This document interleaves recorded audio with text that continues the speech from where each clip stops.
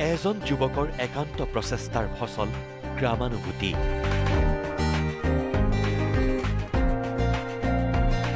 নিজৰ ঘৰৰ চৌহদ্দি পৰ্যবেক্ষিত কৰিছে গ্ৰাম্য পৰ্যটন ক্ষেত্ৰলৈ।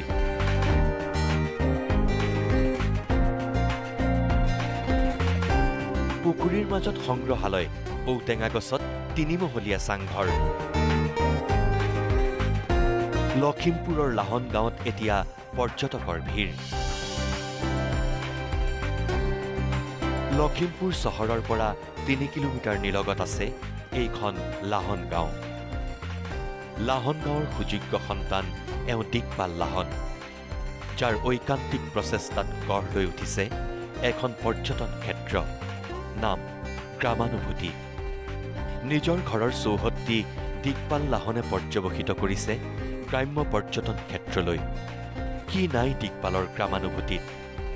চৌদিশে চালে চকুৰোৱা পৰিৱেশ। এজোপা ঔটেঙা গছত নিৰ্মাণ কৰিছে 3 মহলীয়া চাংঘৰ। বিশাল চৌহদত আছে খেলা-ধূলা কৰিব পৰা সুবিধা। খাদ্য ৰসিকসকলে সৰু সৰু কটেজত ল'ব পাৰিব বিভিন্ন সুস্বাদু খাদ্যৰ জুতি। কিন্তু কেনেকৈ দিকপাল লাহনৰ মনলৈ আহিল এই চিন্তা? প্ৰথম নিউজ লাইভেই আমাক সমাজৰ আগত চিনাকি কৰাই দিছিলে। আমাৰ তেতিয়া আচলতে সপোনটো আমাৰ এনেকুৱা ধৰণৰ আছিলে, আমি কামখিনি কৰিছিলোঁ নিজৰ ভাল লগাৰ কাৰণে, কিন্তু ভবাতকৈ আমি অধিক মানুহৰ মৰম পালোঁ। যিহেতু মানুহৰ সমাগম বৃদ্ধি পালে আমি চিন্তা কৰিলোঁ যে আমি পৰিসৰটো বহল কৰি পৰ্যটনৰ পৰ্যায়লৈ লৈ যাওঁ, আৰু তেনেধৰণে আমি পৰ্যটন বিভাগৰ লগতো যোগাযোগ কৰিলোঁ। ঔটেঙা গছৰ ওপৰত এটা ঘৰ, টঙি ঘৰ, সেইটো আমি ট্ৰি হাউচ সকলোৱে চিনি পায়। সেইটো 3 মহলীয়া, তাত যথেষ্ট মানে এডভেঞ্চাৰো কিছুমান এক্টিভিটি আছে।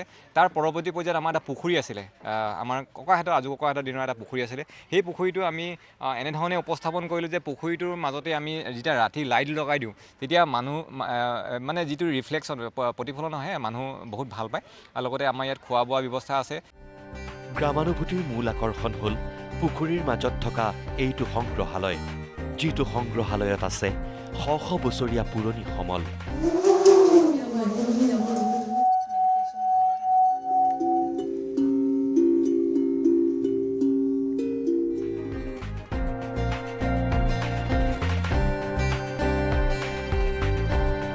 আছে কালৰ সোঁতত হেৰাই যোৱা বহু সম্পদৰাজি। জিলিকি আছে অতি চহকী অসমীয়া সমাজ জীৱনৰ অসংখ্য চানেকি, যিসমূহ সমলে জ্যেষ্ঠসকলক দিব অতীত ৰোমন্থনৰ সুযোগ আৰু নৱপ্ৰজন্মক চিনাকি কৰি দিব অসমীয়া কৃষ্টি সংস্কৃতিৰ সৈতে। আমাৰ মেইন এট্ৰেকশ্যনটো হ'ল আমাৰ মিউজিয়ামটো, যিটো গ্ৰাম্যানুভূতি আমাৰ মিউজিয়ামৰ কাৰণে চিনি পায় মানুহে।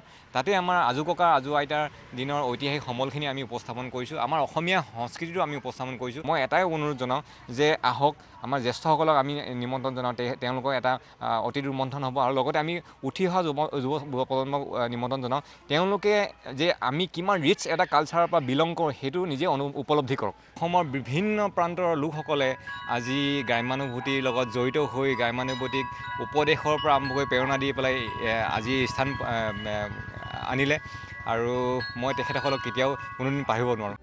গ্ৰাম্য পৰ্যটনৰ নতুন দুৱাৰ মুকলি কৰা দিকপাল লাহনৰ ঘৰত এতিয়া দেশী বিদেশী পৰ্যটকৰ ভিৰ। গ্ৰামানুভূতিৰ কথা ৰাজ্যৰ লগতে দেশে বিদেশে বিয়পি পৰক। সকলো আহক গ্ৰামানুভূতিৰ সৌন্দৰ্য পান কৰিবলৈ।